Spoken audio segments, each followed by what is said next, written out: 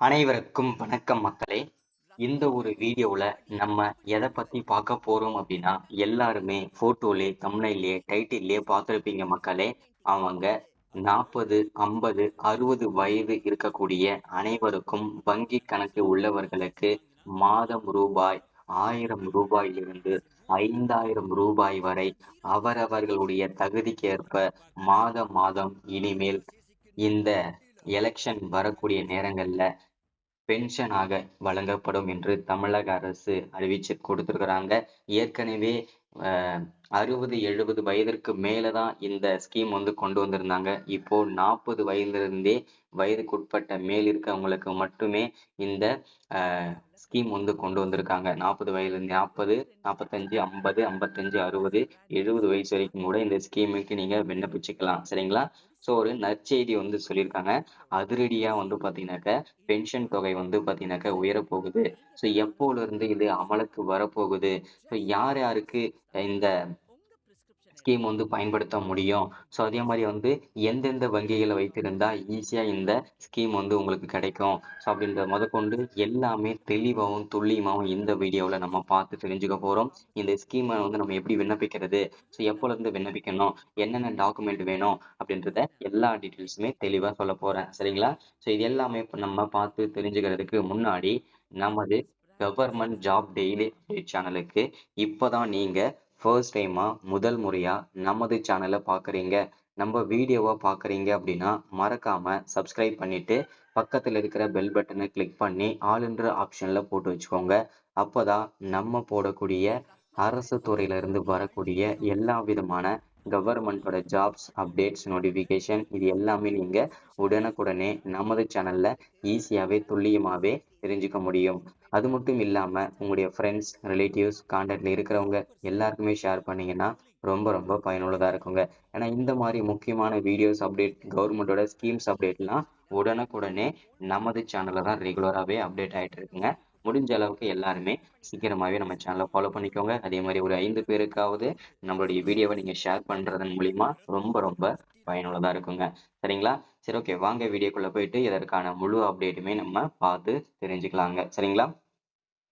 So இங்கே தெளிவாக mention பண்ணி சொல்லியிருக்கிறாங்க பாருங்க. பென்ஷன் வாங்குவோருக்கு, அதாவது ஓய்வூதியம் வாங்குவோர்களுக்கு நற்செய்தி, ஒரே அடியாக உயரும் பென்ஷன் தொகை, அதாவது ஓய்வூதியம் எப்போது அமலுக்கு வரும் அப்படின்ற முதற்கொண்டு தெளிவான அப்டேட்டாகவும் நம்ம பார்க்கலாங்க. மத்திய அரசு ஊழியர்களின் ஓய்வூதிய திட்டமான இபிஎஸ் கீழ் வழங்கப்படும் குறைந்தபட்ச ஓய்வூதியம் தற்போதுள்ள ரூபாய் 1000 ரூபாய் 3000 உயர்த்தப்பட வாய்ப்புள்ளது என்ற தகவல் வெளியாகியுள்ளது. இந்த குறைந்தபட்ச ஓய்வூதிய உயர்வு அடுத்த சில மாதங்களில் நடைமுறைக்கு வரலாம் என்றும் எதிர்பார்க்கப்படுகிறது. ஏன்னா வரக்கூடிய இந்த தேர்தல் நேரங்கள்ல தான் இந்த மாதிரி முக்கியமான அப்டேட் எல்லாம் தொடர்ச்சியா நமக்கு கிடைச்சிட்டு இருக்கு, ஸ்கீம் எல்லாம் கிடைச்சிட்டு இருக்கு. சரிங்களா?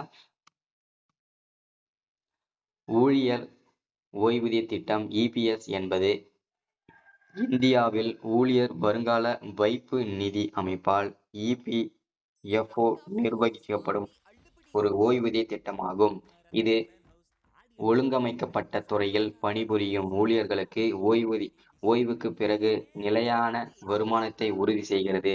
இபிஎஸ் திட்டத்திற்கு முதலாளியின் ஊழியர் வருங்கால வைப்பு நிதிக்காக இபிஎஃப் பங்களிப்பில் ஒரு பகுதி பயன்படுத்தப்படுகிறது. தற்போது முதலாளி இபிஎஃப்க்கு செலுத்தும் 12 பங்களிப்பில் 8.33%, அதாவது இபிஎஸ்க்கு செல்கிறது. மீதமுள்ள 3.67 இபிஎஃப் கணக்கில் சேர்க்கப்படுகிறது அப்படின்றதையும் தெளிவா சொல்லியிருக்கிறாங்க.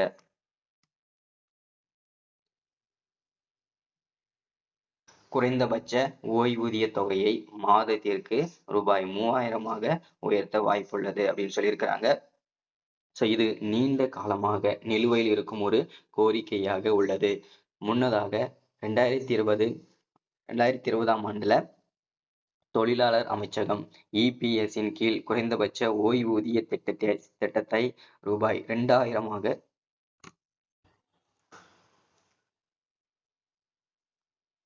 2020ஆம் ஆண்டில் தொழிலாளர் அமைச்சகம் இபிஎஸ்ஸின் குறைந்தபட்ச ஓய்வூதியத்தை 2000 உயர்த்துவதற்கான திட்டத்தை கூடுதல் பட்ஜெட் ஆதரவுடன் நிதி அமைச்சகத்திற்கு அனுப்பியது.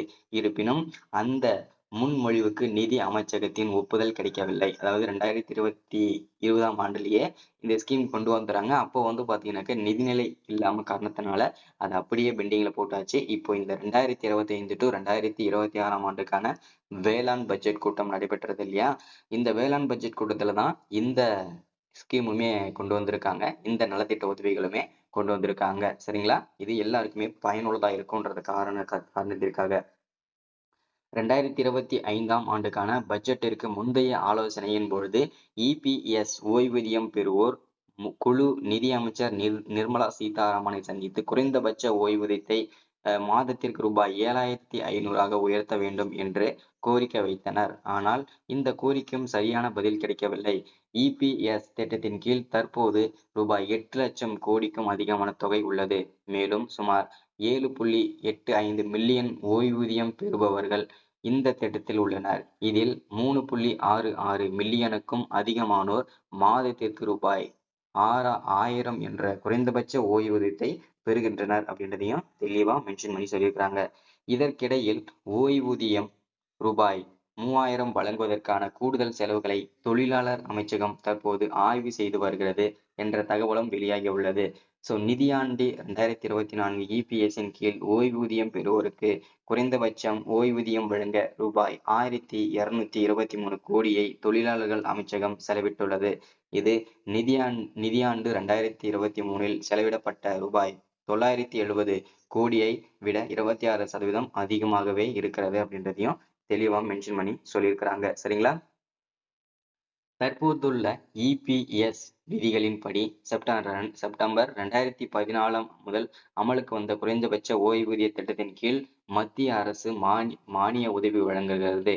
ஓய்வூதியம் ரூபாய் 1000க்கும் குறைவாக இருந்தால் அந்த வித்தியாச தொகையை அரசு திருப்பி செலுத்துகிறது. இதனால் குறைந்தபட்ச ஓய்வூதியம் ரூபாய் 1000 இருக்கும் அப்படின்னு சொல்லியிருக்கிறாங்க. சமீபத்தில் பாரதிய ஜனதா கட்சியின் பாஜக நாடாளுமன்ற உறுப்பினர் பசவராஜ் பொம்மை தலைமையிலான நாடாளுமன்ற குழு வாழ்வை செலவு பல மடங்கு அதிகரிச்சிருக்கிறதுனால குறைந்தபட்ச ஓய்வூதியம் உயர்த்தப்பட வேண்டும் அப்படின்றதையும் நமக்கு அப்டேட் கொடுத்துருக்காங்க. சரிங்களா? கிராண்ட் தொடன் பாரத் நிறுவனத்தின் கூட்டாளியான அகில் சந்தா கூறுகையில், குறைந்தபட்ச ஓய்வூதியம் அதிகரிக்கப்பட்டதால் அது வரவேற்கத்தக்க ஒரு நடவடிக்கையாக இருக்கும். குறிப்பாக ஓய்வுக்கு பிறகு குறைந்த வருமானம் பெறும் ஊழியர்களுக்கும் அவர்கள் குடும்ப உறுப்பினர்களுக்கும் இது ஒரு முக்கியமான ஆதரவாக அமையும் என்று தமிழக அரசு சொல்லியிருக்கிறாங்க. இந்த ஸ்கீமை எல்லாரும் பயன்படுத்திக்கோங்க. இந்த ஸ்கீம் எப்போல இருந்து விண்ணப்பிக்கலாம் அப்படின்னு கேட்டீங்கன்னாக்க வரக்கூடிய ஆகஸ்ட் 2ஆம் வாரம் அப்படி இல்லைன்னா 3ஆம் வாரத்திலிருந்து இந்த ஸ்கீமுக்கு நீங்க விண்ணப்பிச்சுக்க முடியும். சரிங்களா? இன்னைக்கான அப்டேட் இதுதான். மறக்காம சப்ஸ்கிரைப் பண்ணுங்க, லைக் பண்ணுங்க, ஷேர் பண்ணுங்க. தேங்க்யூ.